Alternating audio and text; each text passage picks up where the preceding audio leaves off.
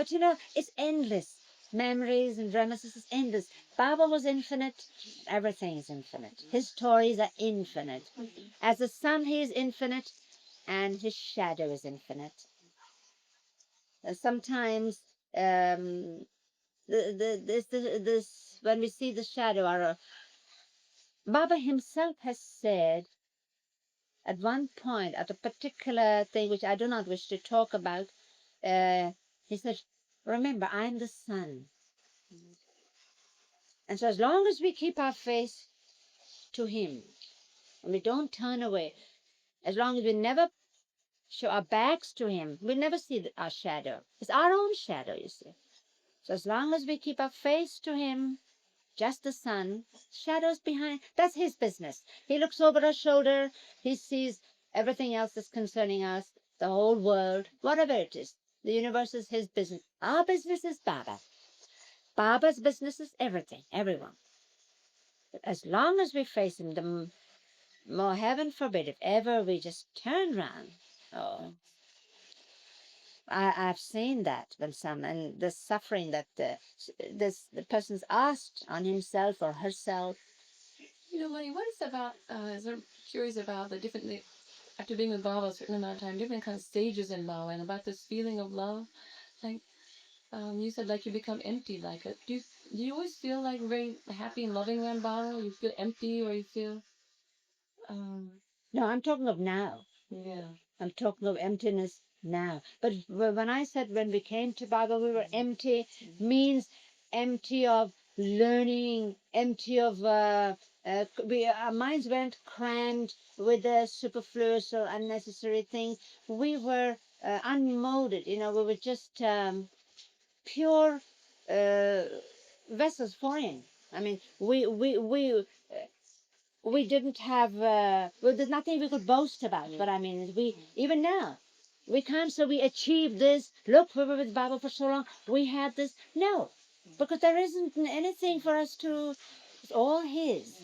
That kind of emptiness. That kind. Oh no, a heart. That's what I said. That we never felt deprived because our hearts are all full. Our hearts have been full. It's the mind. This monster that keeps one. Of course, that doesn't mean that. It wasn't easy for Baba. I mean, we were also not that easy because we're not perfect. That's the whole thing. Even now, I know Baba. Sometimes I say something and I said, "Oh, Baba must have made me say that." Though I don't like that kind of language, that Baba said it through me or anything like that. We never do. None of us do.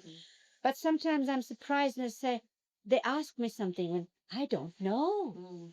But I love. And I want to help, and I say something, and I find it was the right thing. Even in spite of me or because of me or whatever it is. His hand, you see, we must not forget, as I always said, before it used to be that Baba was in front of us, pulling us along. Now I feel Baba's behind us, therefore we don't see him, but he's pushing us along. He's doing it all. Oh no, this sharing, our Baba, with your Baba, as I sometimes say, meaning to say that same, the same beloved, same Baba, but without seeing him, and ours was with seeing him. This sharing it, don't forget, it's an exchange. We receive from you too. Oh, yes. But I don't always know how strongly to push where his ways are, but at least we can talk about it. But anything is an opportunity. And it's a pity if one misses it. Of course, as Baba's very patient. He said, all right, you can't do it this life, there's another life. Not this year, next year. Where's the hurry? What do you mean, Mani? You don't know how strong the push was certain things? Well, Give us some examples. I'll be giving myself away. Your behavior and acting like Baba You see, we, well, for instance, the residents who are here. The residents find that it's not as easy as just visiting and going, because we are more firm with them, stronger, more less soft. How far, in that sense, I mean, I don't know what I mean. Don't bother. In other words, living a life, Baba, in the things that he asked and did, rather than your own You see, if you're living a intuition. life of Baba, even out in the world, Yeah. it is just like being here, because Baba's going to direct that life as minutely as anywhere else. So you'll find all those difficulties and things that you find. Sometimes we wonder why. Why is it Baba felt? But then that's part of it. That's part of it. He's not indifferent to you.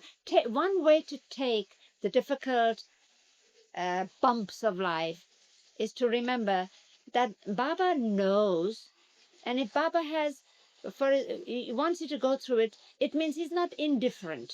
He cares. His attention is on you. He's not just letting you go on with the party. He cares. He says it's time to stop the party, time to come home, to do the work. You're not just going to spend the rest of your time just enjoying the party. You see what I mean? So when is the difficult times also? It is, he loves us more, not less. And he's right through with us. You should know. Isn't he right with us, right through whatever we have to go through? And that is very personal, very individual, that relationship with Baba and with each of you. But don't don't let things go by. Make the most of it. This is something special that you have received. This time is special. This period is special. He is very, very special. Don't take it for granted and yawn over it. How often Baba would tell us, even about the work, be alert. The thing is that we have to watch ourselves. It's not that we're capable of giving any less to Baba, any of you. I don't believe that. But it is a matter of a habit. We've done this all along. It's a nice, lazy feeling. Why? But if you have to keep a watch over yourself, am I doing what I'm doing? Is it pleasing Baba? That's all. That's the gauge with it.